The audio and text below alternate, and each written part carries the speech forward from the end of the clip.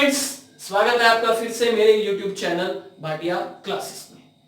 आज जो मैं आप लोगों के लिए वीडियो लेके आया हूं वो जो पहले वाली वीडियो थी उस लेक्चर के ऊपर बेस्ड दो न्यूमेरिकल्स हैं।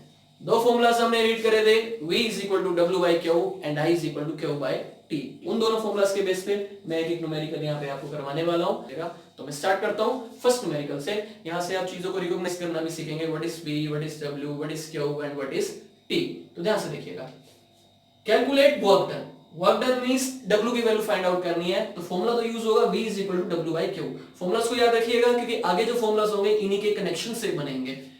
Moving a charge of 4 coulomb, charge को हम डिनोट करते हैं Q के साथ, तो Q हमें कितना दिया हुआ है 4 coulomb from a point of 220 volt to 240 volt. अब हमें जो वोल्टेज की वैल्यू दी हुई है, पोटेंशियल डिफरेंस की वैल्यू दी हुई है वो 2 दी हुई है। इट मींस इनको माइनस करने के बाद आप क्या कैलकुलेट करेंगे, पोटेंशियल डिफरेंस, और जिसको डिनोट करते हैं हम V के साथ, विक्ट्री साइन।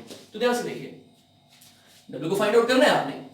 Q की वैल्यू क्या दी हुई है 4 कूलम, V1 है 220 वोल्ट एंड V2 है 240 वोल्ट। सबसे पहले निकालेंगे डेल्टा V, डेल्टा यहाँ डिफरेंस के लिए यूज हो रहा है, V2 minus V1, 240 minus 220, that will be 20 volt.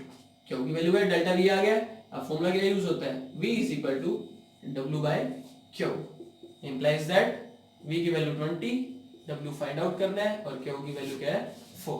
Multiply करें तो W की वैल्यू क्या आ जाएगी 80, और W का SI यूनिट क्या होता है जूल। तो ये हमने फाइंड आउट करा है V is equal to W by Q की फॉर्मूला से। नेक्स्ट जो है वो Q और T I के बेस पे होगा, ध्यान से देखिएगा। If 20 coulomb of charge, coulomb अभी आपने देखा कि किसका ऐसा यूनिट होगा Q का।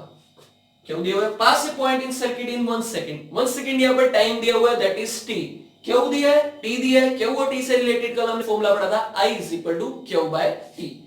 तो सबसे पहले मैं लिखता हूं Q is equal to 20 coulomb and time is 1 second. Calculations easy होंगी। तो आई का फॉर्मूला क्या होता है Q बाय T। आई यहाँ पर क्या होगा, जो चीज हमें फाइंड करनी है, what current is flowing in the circuit, current find करना है and I is current. I क्या हो जाएगा 20 बाय 1, 20 एम्पियर, शॉर्ट फॉर्म में से क्या लिखते हैं हम, तो आई क्या हो जाएगा 20 एम्पियर। ये थे दो न्यूमेरिकल्स जो कल के जो लास्ट वीडियो थी उसके रिलेशन से है। अब हम आज का जो सबसे इंपॉर्टेंट टॉपिक देखेंगे ohms law. Ohm's law just उससे पहले थोड़े से देखेंगे सर्किट में जो यूज होने वाले अब वो ऑपरेटर्स होता है उसे ध्यान से, छोटी छोटी चीजों से स्टार्ट करेंगे हम। दिस इज सेल,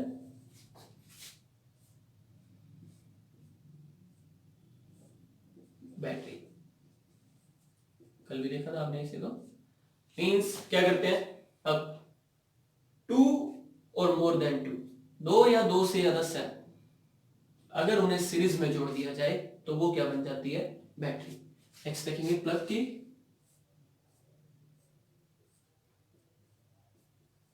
प्लग की open,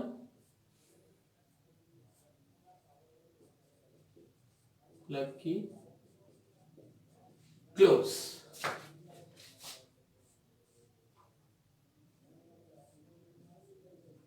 switch open,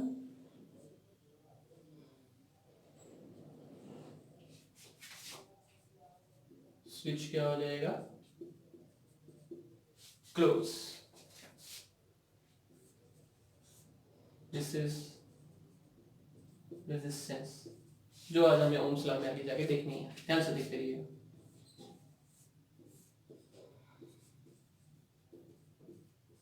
variable resistance,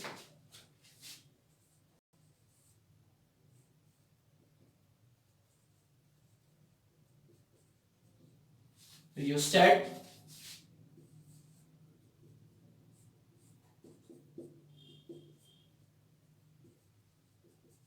ammeter,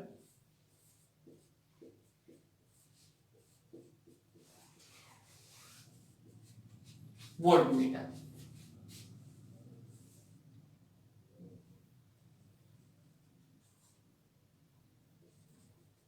This is wire joint,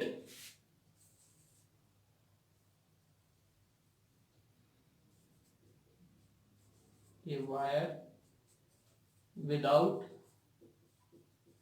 joint, इसमें 2 वायर जोड़ रखी है और उसमें वायर विदाउट जॉइंट है, और 1 मीटर और साथ में ऐड करिएगा, दैट इज गैल्वेनोमीटर। ये कुछ सर्किट में यूज होने वाले ऑपरेटर्स हैं जो छोटी छोटी चीजें यूज होती हैं। Cell, battery, plug open and close, switch open and close, resistance, इसे अभी हमने ध्यान से पढ़ना ही है। वेरिएबल रेजिस्टेंस, वेरिएबल मींस इसको चेंज कर सकते हैं। Rheostat is just similar to the variable resistance. And ammeter, voltmeter, galvanometer, ये करंट को मेजर करने के लिए, ये पोटेंशियल या पोटेंशियल डिफरेंस को मेजर करने के लिए, ये स्मॉल करंट को मेजर करने के लिए होते हैं। वायर जॉइंट, इसमें वायर का कनेक्शन लगा हुआ है, और इसमें क्या है, wire without joint, means wire pass हो रही है without the joint. What is Ohm's law? Ohm's law क्या बोलते हैं? किसी भी कंडक्टर में जो करंट होता है that is directly proportional to the potential difference. Current को डिनोट करते हैं I से और पोटेंशियल डिफरेंस को डिनोट करते हैं V से। तो I किसके डायरेक्टली प्रोपोर्शनल होगा? V के। The current flowing across a conductor is directly proportional to the potential difference। लिखेंगे कैसे? ध्यान से देखिए। करंट को डिनोट करेंगे I से, this is the sign of directly proportional, और I किसके डायरेक्टली प्रोपोर्शनल होगा? V के। Current is directly proportional to the V। अब इसका मतलब क्या होगा? अगर V की वैल्यू इंक्रीज करती है तो I की वैल्यू भी इंक्रीज करेगी, अगर V की वैल्यू डिक्रीज कर रही है तो I की वैल्यू भी क्या हो जाएगी? डिक्रीज करेगी। दोनों पैरेलल चलेंगे। तो इसको हम रिवर्स करके लिखते हैं, और V किसके डायरेक्टली प्रोपोर्शनल होगा? I के। अब इस कांस्टेंट के साइन को हमें इक्वल बनाना होता है, ये प्रोपोर्शनल साइन है, तो इक्वल बनाने के बाद हम यहाँ पर क्या लगाते हैं? R। R यहाँ पे यूज हो रहा है कांस्टेंट ऑफ प्रोपोर्शनैलिटी, और इसको रीअरेंज करते हैं, V by I। R क्या बन जाएगा? V by I। अब R को बोलते क्या है? अभी मैं आपके बात कर ही रहा था, R is known as resistance of the conductor। कोई भी अगर जो वायर यूज कर रहे हैं तो उसकी जो रेजिस्टेंस होगी उसे किसे डिनोट करा जाता है? R के साथ डिनोट करा जाता है। अब R का ऐसा यूनिट हमें फाइंड आउट करना होगा। ऐसे यूनिट बहुत जरूरी होते हैं। ऐसा यूनिट ऑफ R, V का ऐसा यूनिट हमने कल पढ़ा था वोल्ट, I का क्या पढ़ा था? एम्पियर। तो V और वोल्ट पर एम्पियर, इसे हम क्या लिखते होते हैं? ओम। वो ओम का साइन है, पाई नहीं है, पाई का भी सोचो आप, बल्ब के साइन की तरह है, वो ओम है। तो ऐसे यूनिट ऑफ रेजिस्टेंस क्या होगा? ओम।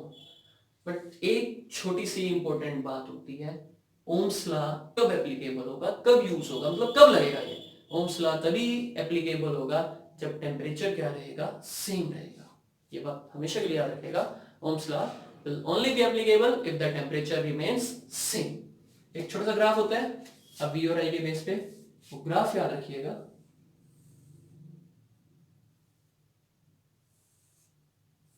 अगर यहाँ x एक्सिस को V से डिनोट करते हैं, y एक्सिस को I से डिनोट करते हैं, ये जो कांस्टेंट लाइन होगी, ये कांस्टेंट लाइन किसको शो करती है? R को शो करती है, because R will always be constant for any conductor। किसी भी वायर के लिए R क्या रहेगा? उसका सेम रहेगा। अब हम जो नेक्स्ट टॉपिक देखने वाले हैं वो है रेजिस्टिविटी के ऊपर बेस्ड होता है, तो क्या है? ध्यान से देखिए। तो नेक्स्ट टॉपिक है फैक्टर्स अफेक्टिंग रेजिस्टेंस। पहले हम जो चीज करते हैं, जो इसका मैथमेटिकल पोर्शन होगा, सबसे पहले जो रेजिस्टेंस है वो डिपेंड करता है लेंथ के। लेंथ के क्या होगा? ये डायरेक्टली प्रोपोर्शनल होगा। अब आपको फंडा समझना होगा कि रेजिस्टेंस चीज क्या है। मैंने पहले नहीं बताया, बट इसके अंदर अब आपको बताता हूं। आप किसी को आवाज लगाते हैं, पास वाले के पास तेज जाएगी, पर दूर वाले के पास क्या जाएगी? वो आवाज कम जाएगी। आवाज की जो लाउडनेस है वो लो होगी। अब वो आवाज की लाउडनेस लो क्यों है? क्योंकि हवा जो है बीच में रुकावट पैदा कर रही है। पानी की स्पीड है, अगर आपने हेड के ऊपर नहर को गिरते हुए देखा होगा, जब नहर से पानी गिर रहा है तो वहां पर तो उसकी स्पीड ज्यादा होती है, पर दूर जाते जाते उसकी स्पीड क्या हो जाती है? कम होती जाती है। लेंथ इंक्रीज कर रही है, पानी का जो स्पीड है वो क्या होता जा रहा है? कम होती जा रही है। हमेशा अगर आप करंट को समझना चाहते हैं तो उसे किसके साथ कंपेयर करें? वाटर के साथ कंपेयर करें, तो आपके लिए बहुत इजी रहेगा। तो यही चीज मैं बताना चाह रहा हूं कि रेजिस्टेंस वो चीज है जो हमारी जो स्पीड है करंट की, उसको क्या करती है? उसमें रुकावट पैदा करती है, उसके अगेंस्ट होती है। तो वही चीज है, जैसे जैसे लेंथ इंक्रीज करेगा तो रेजिस्टेंस की वैल्यू क्या होती जाएगी, इंक्रीज होती जाएगी। नेक्स्ट चीज है आर इनवर्सली प्रोपोर्शनल होता है। अब इनवर्सली का मतलब क्या है, 1/, तो 1/, यूज करा। अब एक है वहां पे एरिया ऑफ क्रॉस सेक्शन, सबसे पहली बात करी लेंथ की, सेकंड किसकी बात करी, area of cross section. It means जो वायर यूज कर रहे हैं इसका एरिया कितना है। अब मैं जैसे बिल्कुल वायर जो होती है सर्कुलर होती है, सिलेंड्रिकल शेप में, आगे से सर्कुलर होगा पीछे सिलेंड्रिकल होगी। अगर जितना इसका साइज बड़ा होता जाएगा उतना ही इसमें क्या कहते हैं, पाइप के कंपैरिजन में समझते हैं, उससे जल्दी समझ आएगा। जितना बड़ा पाइप का साइज है पानी उसमें से क्या आएगा, ज्यादा आएगा। पानी ज्यादा आएगा इट मींस जितना वायर का बड़ा साइज है उसमें करंट भी क्या आएगा, ज्यादा आएगा। अगर करंट की वैल्यू हाई है इट मींस उसको रुकावट कम लग रही है, रेजिस्टेंस की वैल्यू क्या होगी, लो होगी। तो जितना बड़ा साइज, एरिया जितना बड़ा, उतना ही रेजिस्टेंस की वैल्यू क्या होगी, लो होगी। तो ये उल्टा चलते हैं इसलिए इसको इनवर्सली लिखा है। अब हम इसे सम अप करते हैं, आर क्या बन जाएगा, L/A। अब इसे रिमूव करना पड़ेगा, तो इसे इक्वल बनाने के लिए हम यहाँ पे यूज करते हैं रो का। ये चीज होती है रो, इसे बोलते हैं रो।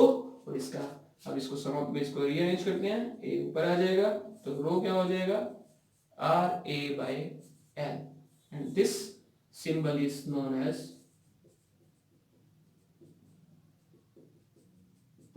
रेजिस्टिविटी। ये रेजिस्टिविटी बोला जाता है, और इसकी वैल्यू भी किसी भी कंडक्टर के लिए क्या रहती है, सेम रहती है। अब हम देखेंगे the other two factor except this जो रेजिस्टेंस को अफेक्ट करते हैं। तो वो दो फैक्टर्स क्या है, थर्ड जो फैक्टर है दैट इज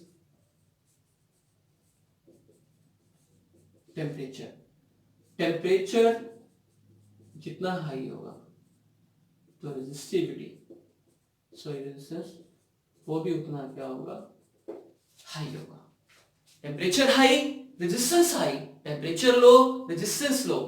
ये कहां सीखेंगे, इसी लेसन में थोड़ा आगे जाते वक्त आएगा heating effect of the current. Current का हीटिंग इफेक्ट क्या है, तो उसके अंदर आप सीखेंगे कि जो हीटिंग अप्लायंसेस है जिसमें हीटर में जो यूज करते हैं उनका टेम्परेचर जब हाई होता है तो रेजिस्टेंस उनकी क्या होती है, हाई होती है। And last one is nature of material. अब मटेरियल्स टू टाइप्स यूज होंगे, या तो यूज होगा एलॉयज या यूज होगी metals. Metals are always good conductor of electricity. अब गुड कंडक्टर की बात कर रहे हैं वो मैं आपको आगे देने वाला हूं, समझाने वाला हूं आज। तो गुड कंडक्टर्स वो होंगे जो अपने में से इलेक्ट्रिसिटी को पास करेंगे, बट ऐसे पुअर कंडक्टर्स आएंगे, इंसुलेटर्स आएंगे, वो अपने में से इलेक्ट्रिसिटी को पास नहीं करेंगे। अब एलॉयज और मेटल्स का क्या फंड है ये हम हीटिंग इफेक्ट में सीखेंगे, बट एक बात जरूर याद रखिएगा, मेटल्स कॉपर और सिल्वर, सिल्वर जो है सबसे बेस्ट कंडक्टर ऑफ इलेक्ट्रिसिटी होता है, बट सिल्वर छपनी इतनी महंगी होती है उसकी वायर्स हम यूज नहीं कर सकते। बट जो घरों में वायर्स यूज होती है वो किसकी यूज होती है, कॉपर की, वो नॉर्मली ये यूज करते हैं। बट जो बाहर जो हमारे क्या कहते हैं ट्रांसफार्मर से आती है, पोल के ऊपर से, खंबे के ऊपर से आती है, वो वायर्स यूज होती है एल्यूमिनियम की। अब ये दोनों मेटल्स हैं, तो मेटल्स करंट को पास कर रहे हैं अच्छे से, इट मींस उनकी जो रेजिस्टेंस है वो क्या होगी, लो होगी। बट एलॉयज जो हीटर में यूज होती है, स्प्रिंग यूज होता है, उनकी जो रेजिस्टिविटी है वो हाई होगी। ये था रेजिस्टिविटी के बारे में। अब हम देखेंगे what are conductors, good conductors, poor conductors. इनका रिलेशन है, मैंने उनको एक साथ लिख दिया है यहाँ पर। सबसे पहले गुड कंडक्टर्स, इनकी डेफिनेशन में क्या होगी, the conductors whose resistance is very low. Resistance क्या करती थी, करंट को रोकती थी। तो गुड कंडक्टर वो होंगे whose resistance is very low are known as good conductor. Example copper, silver and aluminium. Poor conductors, the conductors having very high resistance. Resistance इनकी क्या होगी, high resistance होगी as compared to good conductors. इनके साथ compare करके देखा good conductors के साथ, तो इसमें एग्जांपल दिया जाएगा रबर, प्लास्टिक, बेकेलाइट। बेकेलाइट वो मटेरियल है जिससे आपके ऑन और ऑफ वाले स्विच बने होते हैं घर में। और आपने सुना होगा कि जो भी लोग इलेक्ट्रिशियंस होते हैं वो करते हैं, वो हाथ पर रबड़ के ग्लव्स पहनते हैं, बिकॉज रबड़ इंसुलेटर है तो उनको करंट नहीं लगता। And last one is insulator. अब इंसुलेटर ऐसे सब्सटेंस होंगे, ऐसी चीजें होंगी जो अपने में से कुछ भी करंट को पास नहीं करते। insulators, those substance which are having very high resistance, a high amount of resistance, वो चीज हो गई। अब वेरिएबल रेजिस्टेंस और रियोस्टेट सेम चीज होती है। अगर आप क्या करना चाहते हैं, किसी भी सर्किट में करंट की वैल्यू को कम करना चाहते हैं या इंक्रीज करना चाहते हैं, तो वहां पर आप क्या यूज करेंगे, वेरिएबल रेजिस्टेंस और रियोस्टेट। रियोस्टेट में सिर्फ इतना ही फर्क होगा, इसकी जो रेजिस्टेंस होती है वो पहले से डिफाइन नहीं होती कितनी होगी, इसी रेजिस्टेंस को कभी भी आप चेंज कर सकते हैं। तो आज की वीडियो में इतना ही है।